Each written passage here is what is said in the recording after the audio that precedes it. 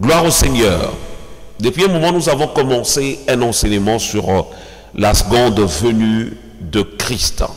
La seconde venue de notre Seigneur Jésus. Comme je l'avais dit la fois dernière, déjà le fait de parler de la seconde venue, nous devons savoir qu'il y a eu déjà une première venue. Quand nous lisons Jean chapitre 3, verset 16, là où Dieu, c'est un verset qui est connu presque de tous, là où c'est dit Dieu, là où c'est marqué que Dieu a tant aimé le monde, il a donné son Fils unique. Et Jésus était venu en chair pour pouvoir sauver l'humanité, pour sauver ceux qui croiront et qui vont l'accepter comme Seigneur et Sauveur. Ces gens-là vont devenir, ceux-là deviendront enfants de Dieu. Et je l'avais dit la fois dernière que on n'est pas tous enfants de Dieu. C'est vrai qu'on est des créatures de Dieu, d'une manière de nous faire comprendre qu'on est tous créés par Dieu. Mais nous ne sommes pas tous enfants de Dieu. Donc, nous devons savoir qu'il y a des enfants de Dieu, il y a aussi des créatures de Dieu. Je vais mieux expliquer la chose. Donc, c'est-à-dire, on a tous été créés par Dieu. C'est Dieu qui nous a créés, comme il a dit, faisons l'homme à notre image et selon notre ressemblance. Il nous a créés. Mais pour le salut, il fallait maintenant que l'homme, la créature de Dieu, puisse devenir enfant de Dieu. C'est la raison pour laquelle, en lisant Jean chapitre 3, verset 16, la Bible dit « Dieu a tant aimé le monde, il a donné son Fils unique, afin que quiconque croit en lui ne périsse point, mais qu'il ait la vie éternelle. » C'est-à-dire, on peut avoir la vie éternelle par Jésus qui est notre Seigneur et Sauveur. Et la fois dernière, nous avons lu aussi dans le livre de, de Jean chapitre 1er, à partir de 11e verset, c'est là où nous avons compris que on peut devenir enfant de Dieu en acceptant Jésus-Christ dans sa vie comme son Seigneur et Sauveur. Nous avons lu, je vais encore le relire, Jean chapitre 1er à partir du verset 11. La Bible dit, elle est venue chez les siens et les siens ne l'ont point reçue. Mais à tous ceux qui l'ont reçu, à ceux qui croient en son nom, elle a donné le pouvoir de devenir enfants de Dieu, lesquels sont nés non du sang, ni de la volonté de la chair, ni de la volonté de l'homme, mais de Dieu. Rien que ce passage nous fait comprendre que en recevant Jésus dans sa vie, selon verset 12, en recevant Jésus, en croyant en son nom, on devient enfant de Dieu. La Bible dit, elle a donné le pouvoir de devenir enfant de Dieu. C'est la raison pour laquelle j'avais dit, lorsqu'on parle d'une personne en disant que elle est devenue grande, donc ça veut dire, c'est qu'on connaissait peut-être la personne qui était avant petite. Donc il y a eu un changement. Quand on dit, il est devenu puissant, peut-être avant il était faible, il est devenu puissant. Voilà, il est devenu grande taille, il est devenu plus intelligent. C'est-à-dire, il y a eu un changement d'état. D'un état de faiblesse à l'état fort, si je peux dire, parler dans ces sens. Il y a eu un changement. Dans ce passage, on nous fait comprendre quelque chose d'important, parce que la Bible dit au verset 12, « Mais à tous ceux qui l'ont reçu, à ceux qui croient en son nom, elle a donné le pouvoir de devenir enfants de Dieu, lesquels sont nés non du sang, ni de la volonté de la chair, ni de la volonté de l'homme, mais de Dieu. » Donc cela veut dire que ce n'est pas ceux qui sont nés, qui sont sortis des parents d'une mère, qui sont enfants de Dieu. Non, mais ce sont ceux-là qui sont nés de Dieu. On devient enfant de Dieu. C'était juste une parenthèse pour nous rappeler un peu ce que nous avions vu la fois dernière. Par rapport à ce thème, la seconde venue de notre Seigneur Jésus, et j'avais dit la fois dernière que ce thème, en fait, se divise en deux phases. Si on parle de la seconde venue, on voit les deux phases dans le deuxième retour aux venues de Jésus-Christ. La première phase dont nous avions parlé la fois dernière, c'était sur l'enlèvement des croyants, l'enlèvement de l'Église, l'enlèvement de ceux qui ont reçu Jésus dans leur vie, de ceux qui sont devenus enfants de Dieu, l'enlèvement de ceux qui le craignent, qui observent sa parole, qui la mettent en pratique. Ceux-là seront enlevés. Et nous avions vu ça dans le livre de 1 Thessaloniciens, chapitre 4, verset 16 jusqu'au verset 17. Aujourd'hui, je vais aller doucement parce que quelqu'un m'avait dit c'est un peu d'adoucir, de ralentir pour permettre à tout le monde de pouvoir comprendre de quoi s'agit-il. Gloire au Seigneur. 1 Thessaloniciens chapitre 4 verset 16 jusqu'au verset 17. Nous l'avons vu la fois dernière, mais je vais quand même essayer d'y revenir pour permettre à tout le monde de pouvoir saisir la pensée que Dieu a déposée dans cet enseignement. Je lis au nom de Jésus. 1 Thessaloniciens chapitre 4 verset 16 jusqu'au verset 17. La Bible dit ceci: car le Seigneur lui-même a un signal donné, à la voix d'un archange et au son de la trompette descendra du ciel, et les morts en Christ ressusciteront premièrement. Ensuite, nous les vivants qui serons restés, nous serons tous ensemble enlevés avec eux sur des nuées, à la rencontre du Seigneur dans les airs, et ainsi nous serons toujours avec le Seigneur. Alléluia. Dans ce passage de 1 Thessaloniciens chapitre 4, nous avons vu quelque chose d'important qui confirme ce sous-thème que je viens de parler, que la première phase, si je peux aller dans ce sens, la première phase dont on parle de l'enlèvement des croyants ou l'enlèvement de l'Église. La Bible nous dit, nous fait comprendre dans ce passage qu'il y aura un signal sera donné. Le Seigneur lui-même qui connaît justement le jour, et c'est lui qui va donner un signal. Et à la voix d'un archange et au son de la trompette descendra du ciel. La Bible dit, les morts en Christ ressusciteront premièrement. Ce n'est pas tous les morts, c'est les morts en Christ ressusciteront premièrement.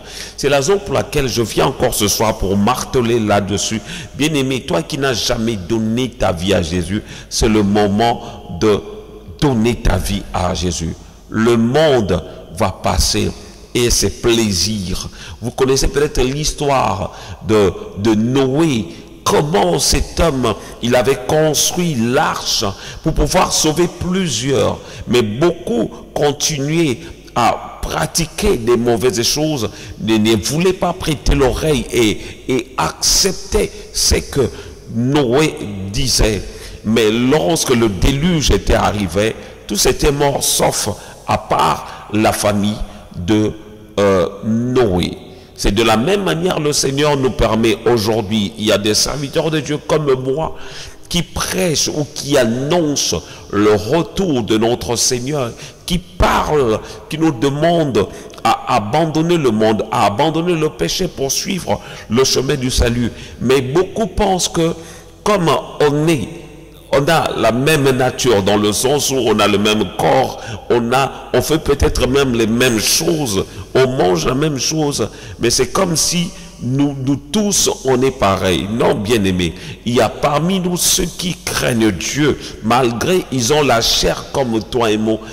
toi et moi, peut-être il y a parmi nous ceux qui ont accepté Jésus dans leur vie comme leur Seigneur et Sauveur. Et ce jour-là, c'est eux qui seront enlevés.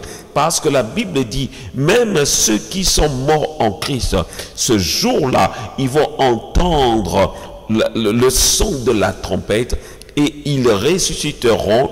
Et la Bible dit au verset 17 de 1 Thessaloniciens chapitre 4, la Bible dit, ensuite nous les vivants qui seront restés, nous serons tous ensemble enlevés avec eux sur des nuées. C'est-à-dire, nous les vivants, là on parle des vivants aussi en Christ. Parce que dans le verset 16, on parle des morts en Christ. Ceux qui vont mourir, qui étaient dans le Seigneur. Comme j'avais dit la fois dernière, selon 1 Corinthiens chapitre 2, on avait vu quelque chose d'excellent. Là où on parlait des trois types d'hommes. Trois types d'hommes, l'homme animal, l'homme charnel et l'homme spirituel. L'homme animal n'ira pas, l'homme charnel non plus, mais c'est l'homme spirituel. Le troisième homme, c'est l'homme spirituel qui sera justement enlevé. Parce que l'homme charnel ne croit pas en Dieu. Pour lui, les choses de Dieu sont des futilités. Il le prend à la légère. Mais l'homme charnel, c'est quelqu'un qui mélange. En même temps, il vient à l'église. En même temps, il va dans le monde. En même temps, il chante pour Dieu. En même temps, il chante pour le monde. Il n'est ni chaud, ni... que dirais-je, normal, si je peux utiliser ce terme. Alléluia. Voilà. Il est ni chaud ni froid, c'est-à-dire il est bouillant, il est tiède. Et cette personne sera vomi. D'après ce que nous avons vu même dans le livre d'Apocalypse, là où le Seigneur parle justement de l'église de Laodicée, qui est ni froid ni chaud. Le Seigneur dit, si tu continues à marcher de la sorte, dans cette manière, je te vomirai. C'est-à-dire, tu n'auras pas l'accès justement dans la salle de noces parce que tu mélanges, tu as une température, tu es tiède, tu mélanges. Bien-aimé, je ne sais pas, mais ce message est adressé à une personne qui me suit ce soir sur TikTok. Ce message est adressé à une personne qui me suit ce soir sur YouTube et sur Facebook. Ce message t'est adressé, nous est adressé pour que nous puissions tous être prêts pour le jour de l'avènement de notre Seigneur Jésus-Christ. Et dans 1 Corinthiens chapitre 15 à partir du verset 51, nous avons vu encore autre chose. 1 Corinthiens chapitre 15 verset 51 à 52, la Bible dit, voici je vous dis un mystère, nous ne mourrons pas tous, mais tous nous serons changés. Et au verset 52, la Bible dit ceci, en un instant, en un clin d'œil,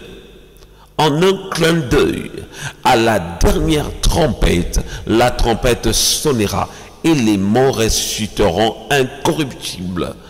Et nous serons changés. Alléluia. Cela veut dire, comme j'avais dit la fois dernière, pour fortifier une personne, même quelqu'un qui était mort écrasé, une personne qui était amputée avant sa mort, mais ce jour-là, la personne va revêtir d'un autre corps. Là, ce corps est appelé un corps incorruptible, en fait. Un corps sans défaut, un corps sans tache, un corps pur, un corps, ce corps qui sera enlevé. La Bible dit, et nous qui serons vivants, nous serons tous changés, justement pour aller à la rencontre de notre Seigneur. Et nous devons savoir, si nous lisons ces passages, si nous enseignons ces choses, parce que le Seigneur lui-même nous avait donné une promesse. Et cette promesse était dans Jean chapitre 14. Il nous a fait comprendre en disant, il y a plusieurs demeures dans la maison de mon Père. Si cela n'était pas, je vous l'aurais dit. Je vais vous préparer une place. Le Seigneur est parti pour nous préparer une place. Bien-aimés, nous devons juste nous préparer pour le jour de son avènement. Et ma prière ce soir est que le Seigneur puisse te garder pur et que le Seigneur puisse faire de sorte que ce jour-là, que tu puisses aussi être enlevé. Alléluia. Alléluia. Ce sont des choses que nous avons vues. Et il y a un passage dans Luc chapitre 12 que nous allons lire maintenant qui va justement nous aider à comprendre certaines choses. La Bible dit dans Luc chapitre 12 verset 35 jusqu'au verset 40.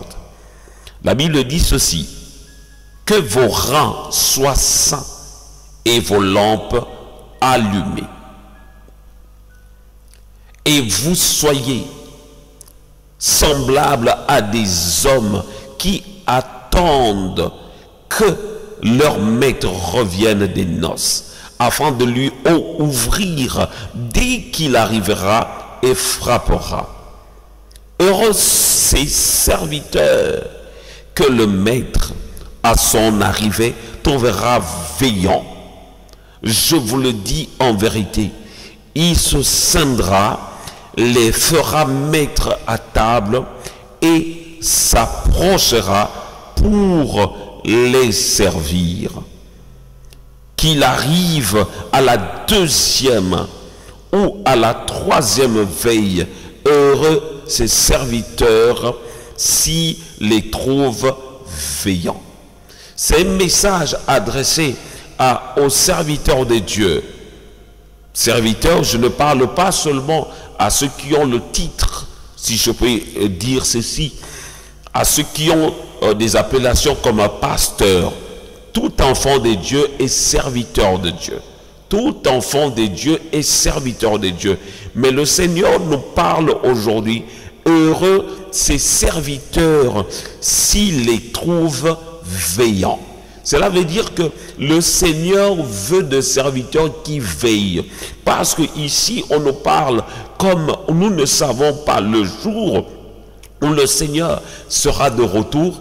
Et il nous est avantageux de pouvoir nous préparer pour le jour de son avènement. Alléluia. Le Seigneur veut que nous puissions être ensemble ce jour-là lorsqu'il va nous recevoir, que nous puissions nous mettre à la même table selon le verset 37 de Luc chapitre 12. La Bible dit, il se scindra, le fera mettre à table et s'approchera pour les servir. Le Seigneur va nous servir ce jour-là. Alléluia, alléluia. Mais il nous est avantageux que nous puissions nous préparer pour son avènement. Aujourd'hui, nous allons voir le point B, ou la deuxième phase. Comme je le disais dès le départ, la seconde venue de Jésus a deux phases.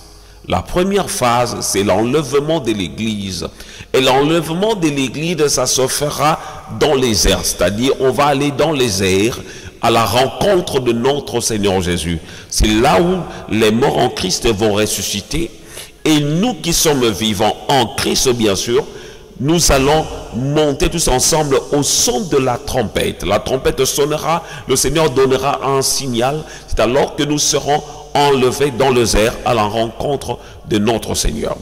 Et la deuxième phase de notre enseignement parle de la seconde venue de Jésus, Christ sur la terre. C'est-à-dire, la première phase, il sera dans les airs. Et la deuxième phase, il viendra sur la terre parce qu'il posera ses pieds sur les monts des Oliviers. On va le lire dans Zacharie chapitre 14, verset 4. Zacharie chapitre 14, verset 4. Je lis au nom puissant de notre Seigneur Jésus. Zacharie chapitre 4, verset 4. La Bible dit ceci: ses pieds se poseront en ce jour sur la montagne des Oliviers, qui est vis-à-vis de Jérusalem, du côté de l'Orient. la montagne des Oliviers se fondra par le milieu, à l'Orient et à l'Occident. Et il se formera une très grande vallée. Une moitié de la montagne reculera vers le septentrion et une moitié vers le midi. Alléluia. La Bible nous dit clairement que Jésus va descendre sur les monts des Oliviers. Alléluia. Alléluia. Jésus va revenir, c'est-à-dire, déjà même la Bible nous parle le jour de la résurrection. Vous vous souvenez même dans le film, je bénis Dieu pour l'ancien film que nous avons vu de Jésus, où on montrait son enlèvement. C'était l'histoire qui nous parlait, qui avait respecté, ce film avait respecté quelques points vraiment véridiques de la parole de Dieu, en montrant l'enlèvement de Jésus, comment Jésus était enlevé dans les airs. Et c'est alors que même les anges ont dit, parce que les disciples étaient en train de regarder vers le ciel, en voyant Jésus être enlevé, partir. Et les anges ont dit, qu'est-ce que vous regardez? C'est Jésus, vous regardez. De la même manière qu'il monte, c'est de la même manière qu'il va descendre, qu'il va revenir sur terre. Et ça sera au mont des Oliviers. Et dans Actes chapitre 1er, verset 14, c'est là où justement la Bible confirme ce que je viens de vous dire. Actes chapitre 1, verset 11. J'aimerais qu'on puisse le lire. La Bible dit ceci. Et dire, c'est les anges, hommes galiléens, pourquoi vous arrêtez-vous de regarder au ciel? Ce Jésus qui a été enlevé au ciel du milieu de vous viendra de la même manière que vous l'avez vu allant au ciel. Jésus était parti de la terre pour le ciel. Et c'est de la même manière qu'il va revenir pour la deuxième phase de sa seconde venue. Alléluia. Vraiment, je vais doucement pour que chacun de nous puisse saisir la pensée que Dieu a déposée, a permis que nous puissions partager ce soir. Alléluia. Alléluia. C'est la raison pour laquelle dans Ésaïe chapitre 35 verset 40, la Bible dit, dites à ceux qui ont le cœur troublé, prenez courage. Bien aimé, je viens encourager une personne selon Ésaïe chapitre 35 verset 4. Je viens te dire, comme ce passage vient dire dans ce passage, je viens te dire de prendre courage. Toi qui as le cœur troublé, tu es troublé par des circonstances, tu es troublé par des réalités, des problèmes que tu traverses actuellement. Bien-aimé, je viens juste te dire, c'est que la parole de Dieu nous enseigne dans Ésaïe chapitre 35 au verset 4. La Bible dit ceci, dites à ceux qui ont le cœur troublé, prenez courage, ne craignez point, voici votre Dieu. La vengeance viendra, la rétribution de Dieu, il viendra lui-même et vous sauvera. Bien-aimé, peut-être en ce moment, si tu souffres, tu traverses des moments difficiles, malgré que tu es dans le Seigneur, malgré que tu as accepté le Seigneur, mais tu traverses des moments difficiles. Peut-être tu as perdu un membre de ton corps, ton bras, ton pied, ton œil, je ne sais pas quoi. Qu'est-ce que tu as perdu, bien-aimé?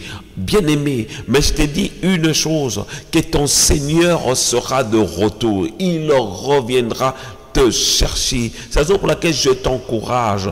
Peu importe ce qui te manque, bien-aimé, accroche-toi à Dieu. N'abandonne pas à cause des circonstances. N'abandonne pas le Seigneur à cause de réalités que tu traverses. Ça peut être des problèmes financiers. Ça peut être des problèmes de santé. Ça peut être des problèmes administratifs, des problèmes de maternité qui nécessitent l'intervention de Dieu. Peut-être tu as fait aussi comme cette femme qui a souffert pendant 12 ans de perte de sang, qui avait couru après des médecins, plusieurs médecins. La Bible dit, elle avait dépensé tout ce qu'elle avait comme bien pour pouvoir obtenir, recevoir une guérison par rapport à sa maladie qui avait tant duré.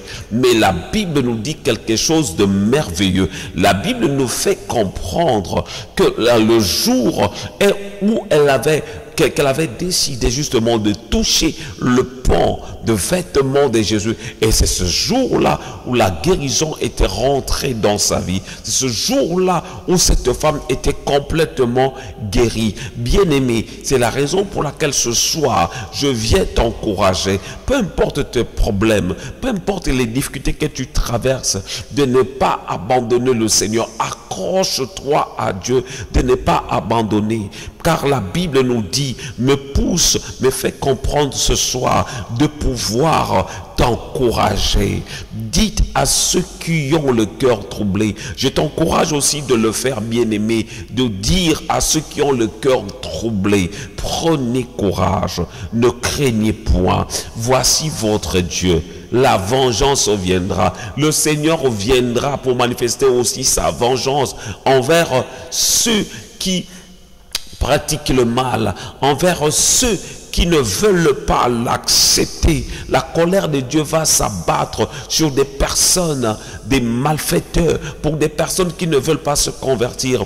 Bien aimé, peut-être aujourd'hui tu te trouves aussi dans ce groupe des personnes qui commettent des crimes, qui font des choses abominables. Mais je viens juste te dire, pour l'instant, tu as encore le temps de te convertir. Tu as le temps de changer de vie. Tu as le temps de donner ta vie à Jésus. Car tant que tu as encore envie, il faut profiter. Car la mort ne prévient pas. Et le retour de Jésus, nous ne connaissons ni le jour, ni l'heure. C'est le temps d'en profiter, de donner ta vie à Jésus, afin que tu sois sauvé et que tu deviennes l'enfant de Dieu. J'aimerais prier pour une personne qui m'a écouté ce soir et qui veut prendre cette décision d'accepter Jésus dans sa vie, de le recevoir comme son Seigneur et Sauveur. Si tu es là, bien-aimé, tu as été touché par cette parole, tu peux juste mettre ta main sur ta poitrine et tu vas reprendre cette prière après moi. Si tu te sens vraiment culpabilisé, en te disant, en te reprochant même des péchés que tu n'arrives pas à abandonner, des choses que tu as du mal à arrêter, tu vas aussi mettre ta main sur ta poitrine et tu vas faire cette prière après moi. Seigneur Jésus, je viens à toi. Pardonne mes péchés. Je refuse le monde. Je refuse le diable. Je veux aujourd'hui t'appartenir. Pour toujours pour toi, Jésus. Je veux abandonner le péché et vivre une vie de sainteté. Écris mon nom dans le livre de vie, afin que je puisse te voir le jour de ton avènement. Merci Seigneur Jésus. Amen. Bien-aimés, j'aimerais aussi que chacun de nous puisse prier par rapport à ce message que nous venons d'écouter. Nous allons y revenir ce jeudi. Mais j'aimerais que chacun de nous puisse prier Dieu en se disant, en demandant justement à Dieu de pouvoir l'aider à surmonter le mal, le danger, les pièges et les ruses de l'ennemi. Parce que l'ennemi vient toujours pour combattre.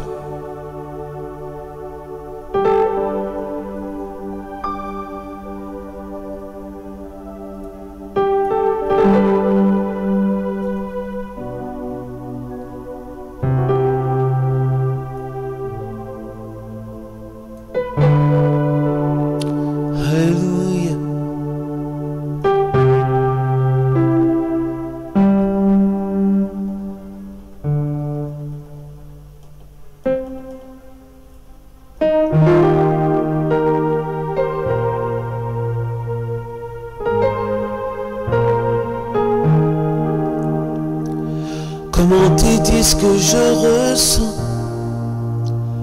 Tes bienfaits sont trop grands.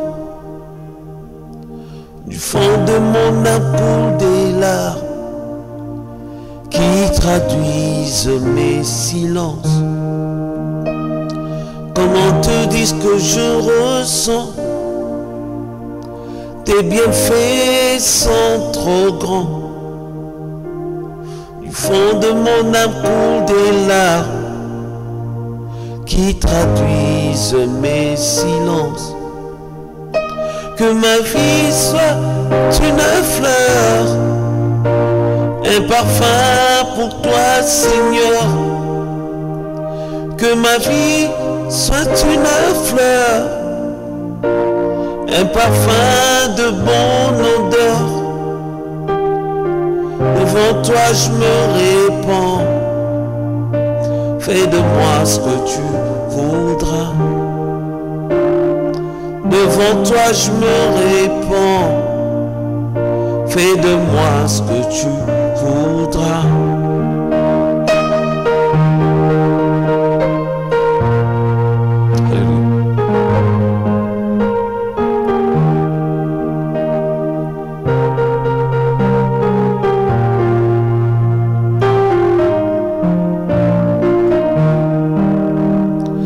Comme l'argile devant le potier,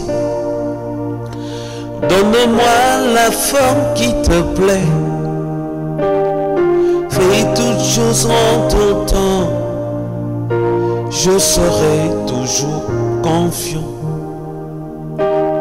Seigneur, observe mes voies, garde-moi au pied de ta croix.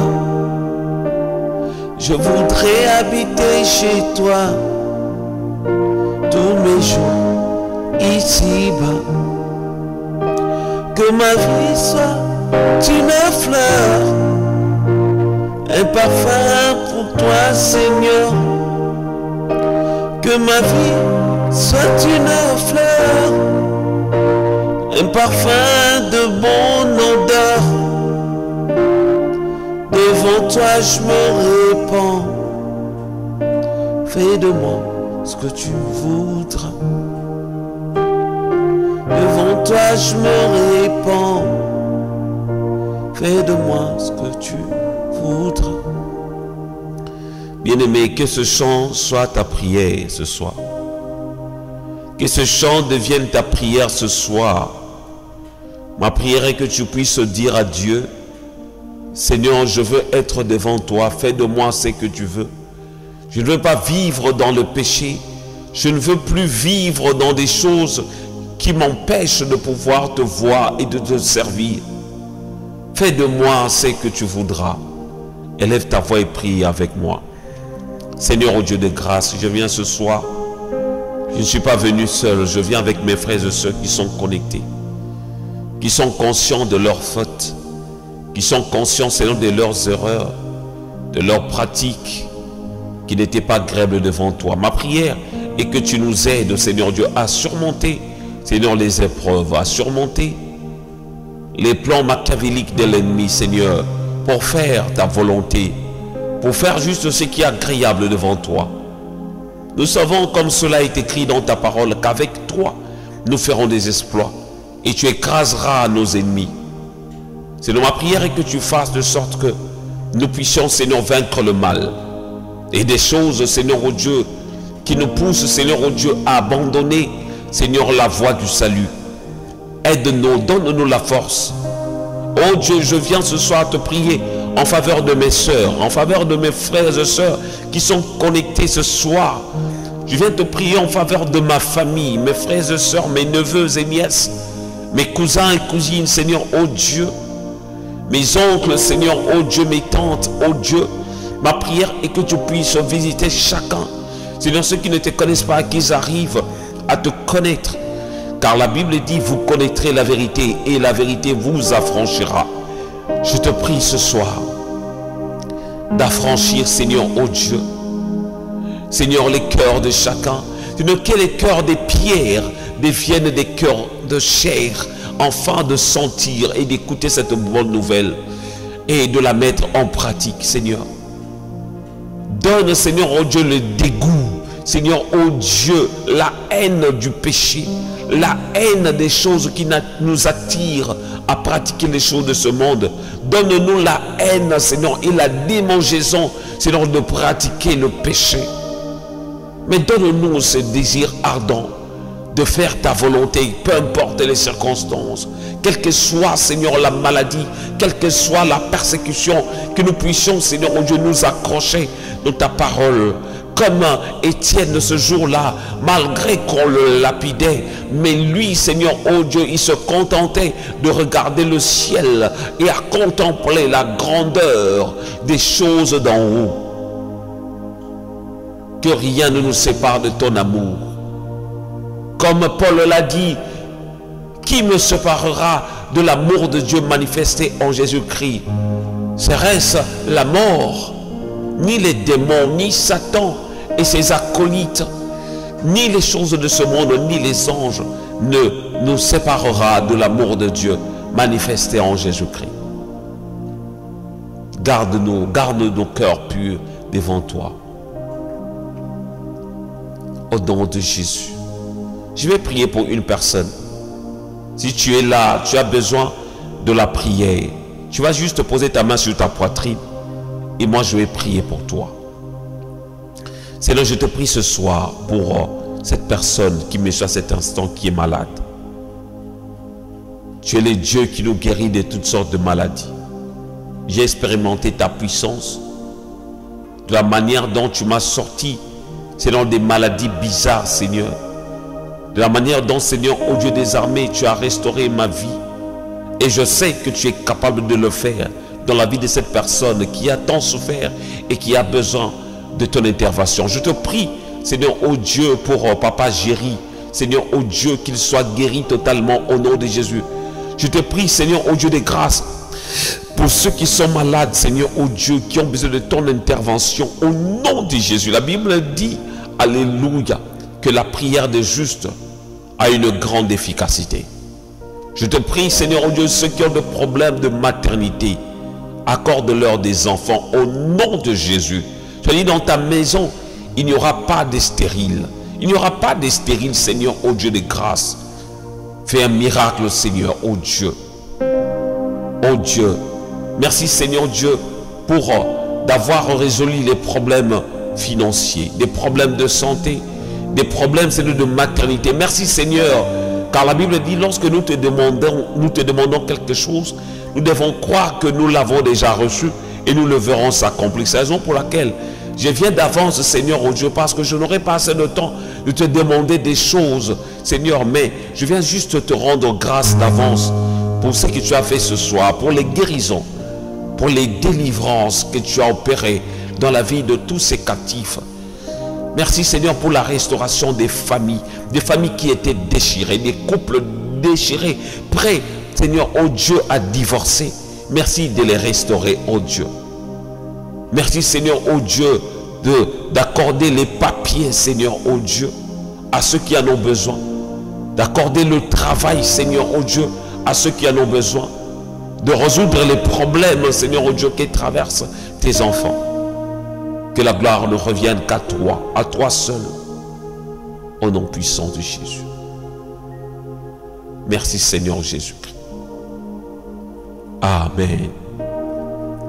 Amen. Amen. Gloire à Dieu. Je bénis le Seigneur pour ce moment passé devant son trône de grâce. Nous allons y revenir le jeudi prochain, à la même heure, à partir des 21h. Nous commençons notre programme d'enseignement biblique, d'adoration et de prière. Et j'ai hâte de vous revoir ce jeudi pour continuer notre programme. Vous étiez quand même si nombreux à me suivre sur TikTok, sur Facebook, comme sur YouTube. Vraiment que le Seigneur vous bénisse. N'hésitez pas à soutenir ce ministère dans tous les moyens que vous pouvez, soit dans la prière et dans d'autres choses. Vraiment que le Seigneur ne cessera de vous bénir. Et priez aussi pour nous afin que nous puissions faire encore mieux que ce que nous faisons aujourd'hui Et aidez-nous aussi à partager, à vous abonner sur nos chaînes, que ce soit notre chaîne YouTube Christ RTV officiel.